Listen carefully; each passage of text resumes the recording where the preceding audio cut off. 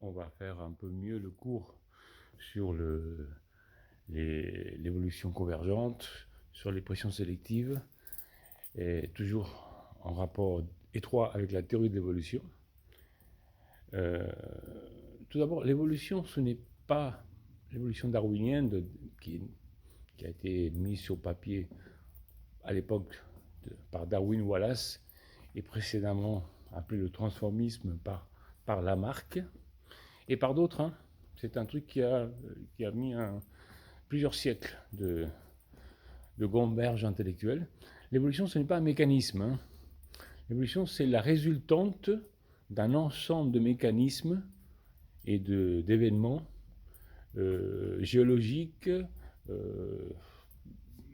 physiques, biologiques, génétiques, etc., plein, écologiques, qui ont un impact sur le vivant observable au fil des générations. Voilà, qui résulte en biodiversité. L'arbre du vivant, l'arborescence du vivant, où les espèces viennent les unes des autres, qui ont des ancêtres communs, c'est la biodiversité. Donc cet arbre-ci, l'arborescence du vivant, en simplifiant, en schématisant, etc. Voilà, c'est la biodiversité totale, et celle-ci, c'est la biodiversité actuelle, les espèces qui sont encore présentes, et celles-ci, ce sont celles qui ont disparu. Mais ça, c'est la biodiversité, la spéciation. Bien, alors, pour cette évolution, il y a des mécanismes importants qui sont génétiques, qui sont des pressions sélectives, des tris sur les variables, et on va parler je vais parler de certains particulièrement importants. La pression sélective, par exemple, qui se voit typiquement, par exemple, chez les poissons. Les poissons qui vivent dans l'eau, voilà, un poisson osseux, avec ses nageoires dorsales, pectorales, ventrales, caudales, qui lui permettent de nager en ondulant horizontalement. C'est un corps hydrodynamique qui lui permet de se glisser rapidement dans l'eau sans être freiné par l'eau. Tous les animaux aquatiques, ou presque, ont cette caractéristique d'être hydrodynamique.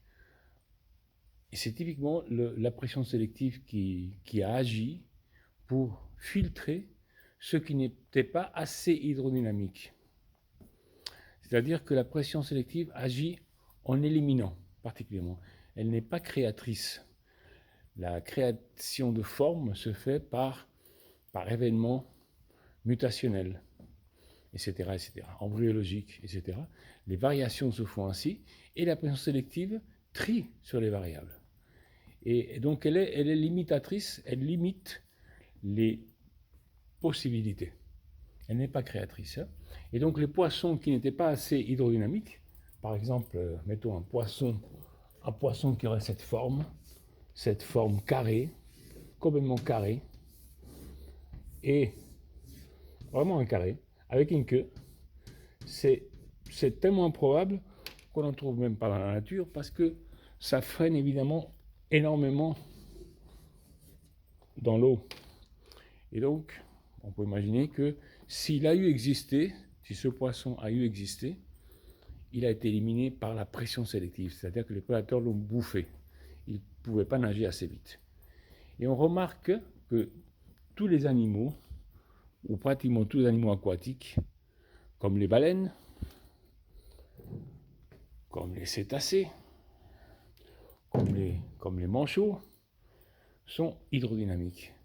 Donc ces derniers que je viens de citer sont des mammifères terrestres retournés secondairement dans l'eau.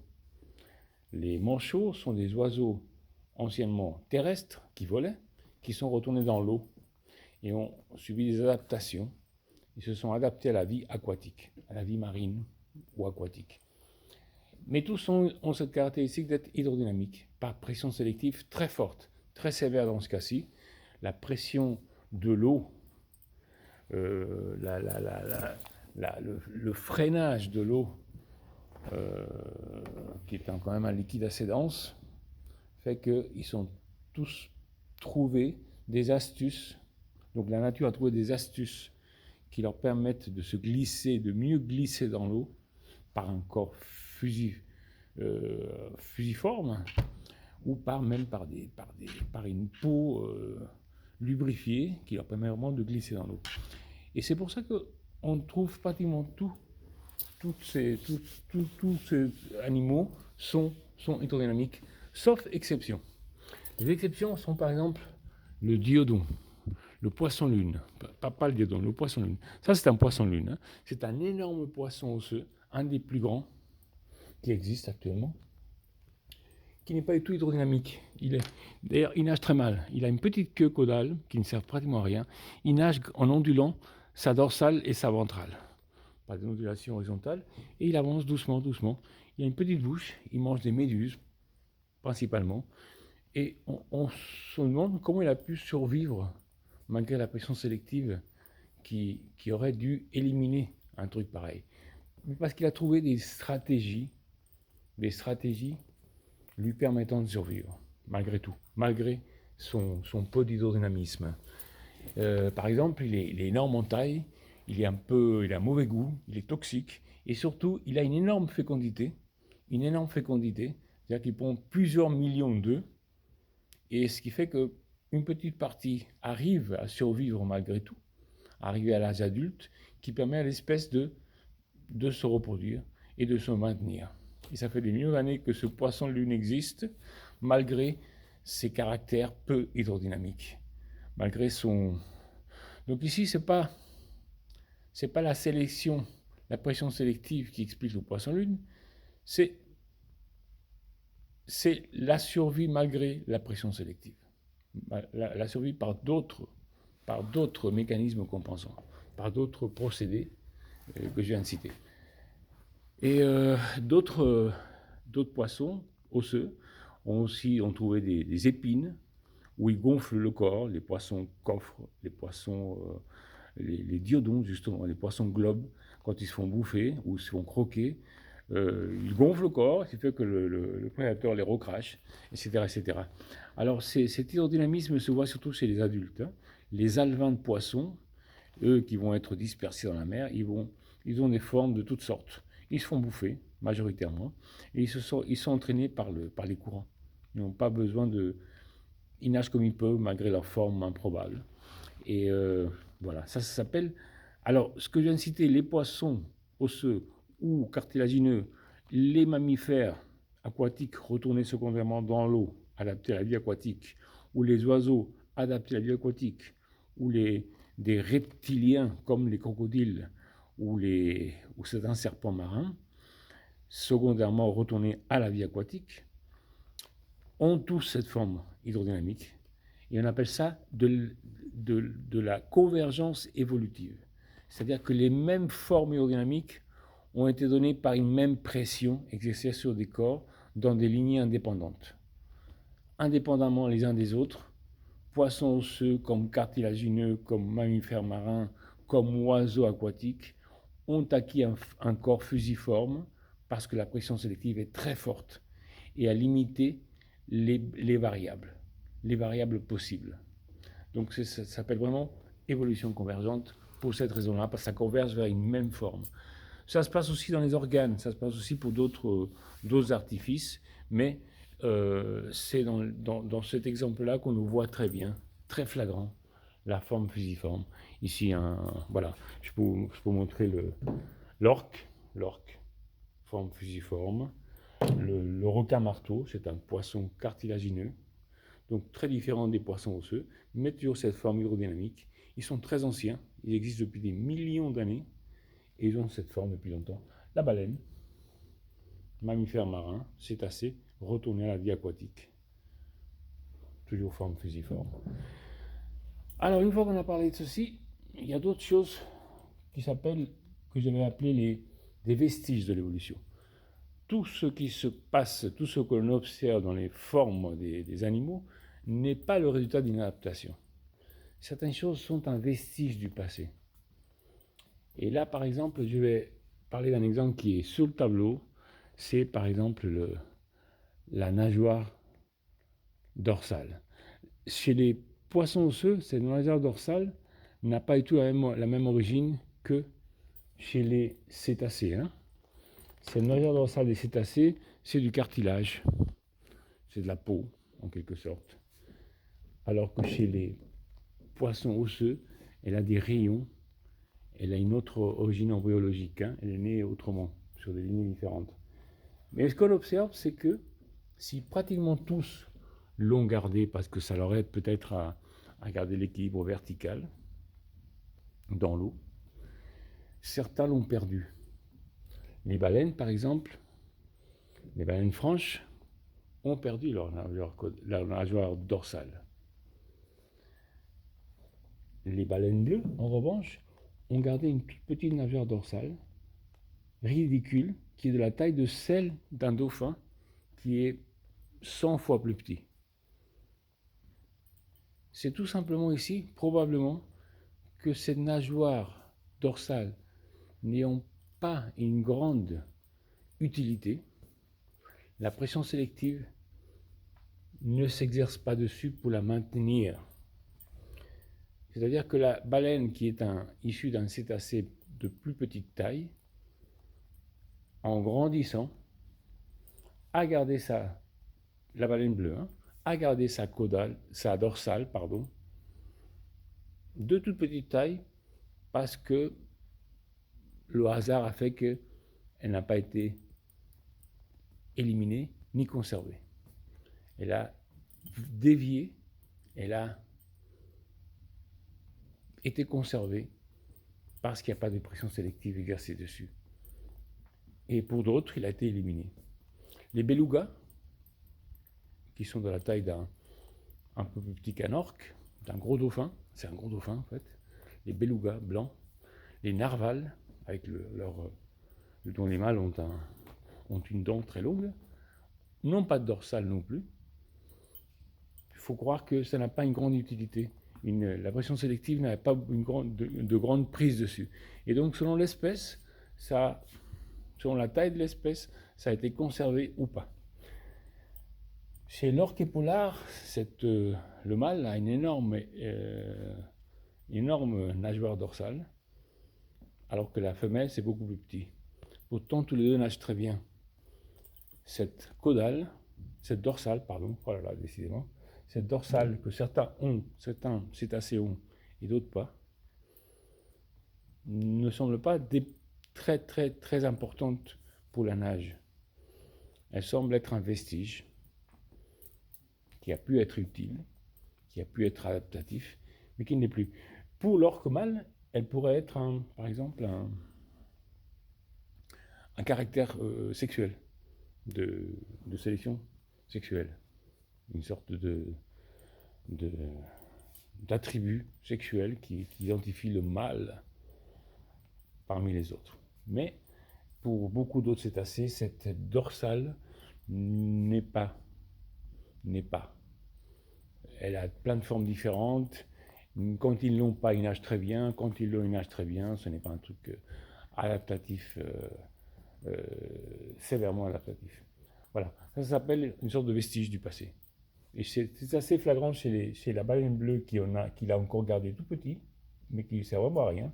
Ça ne lui sert absolument pas pour la stabilité de son corps, puisque son corps il pèse une centaine de tonnes, et ce n'est pas un petit aileron de 30 cm de long qui va faire quoi que ce soit dans sa nage.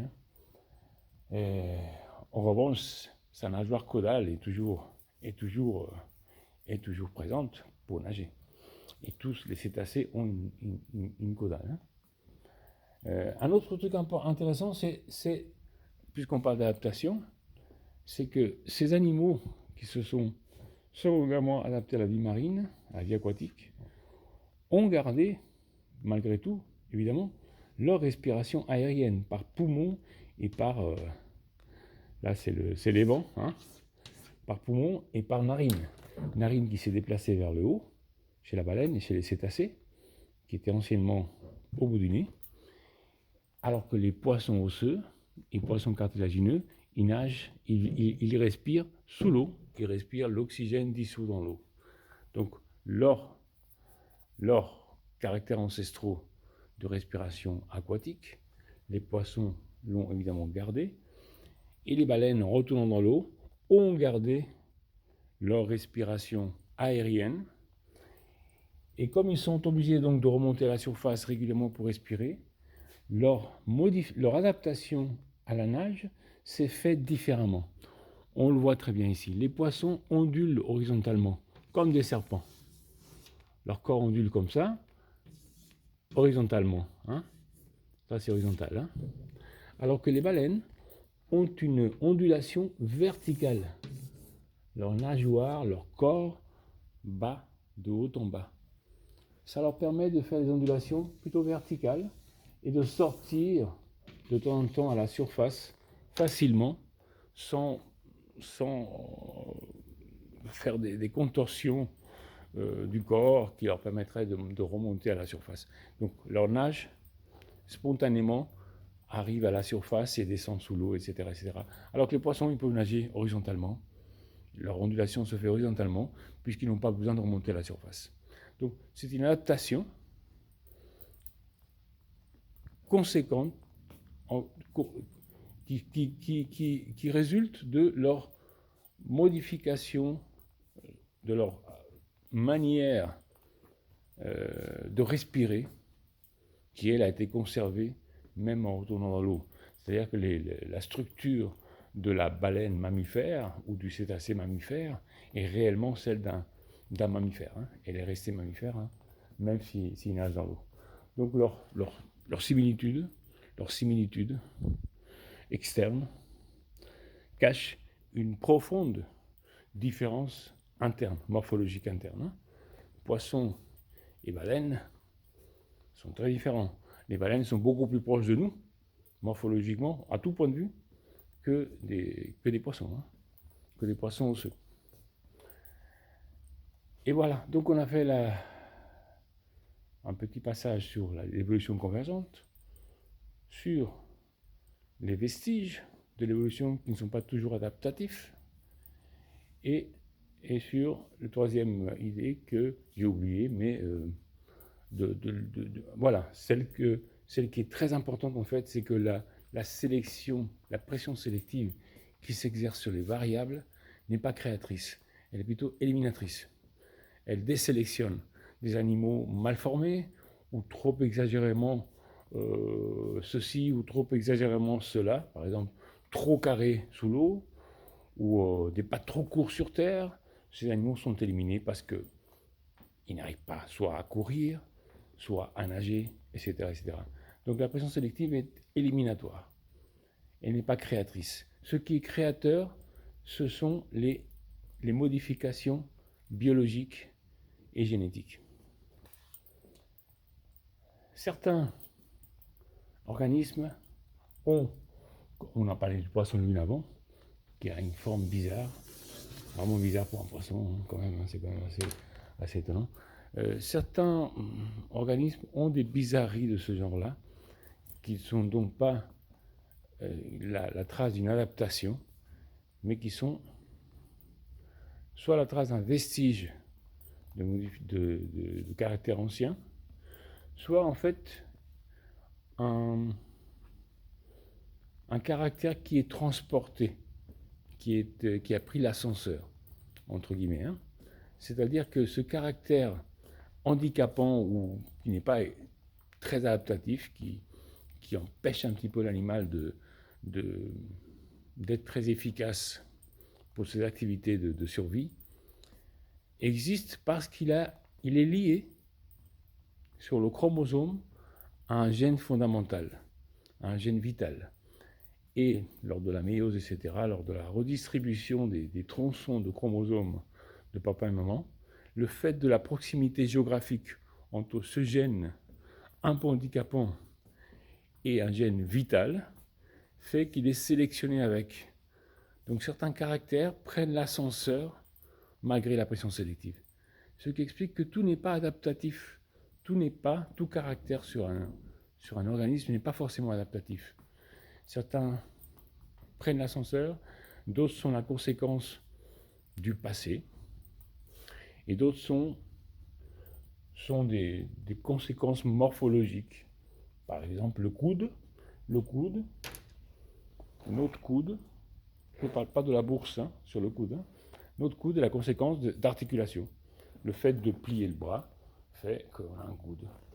Après, sur ce coude s'est greffé une sorte de bourse qui nous évite des traumatismes quand on tape, mais ce coude n'est pas le résultat d'une adaptation, sinon la conséquence de notre morphologie. Et on peut utiliser ce coude pour différentes fonctions. On peut se gratter le genou avec le coude. Je peux donner un coup de coude à quelqu'un. Ce n'est pas la pression sélective qui a sélectionné ce coude pour frapper, c'est simplement l'utilité que j'ai trouvée à ce coude qui existe.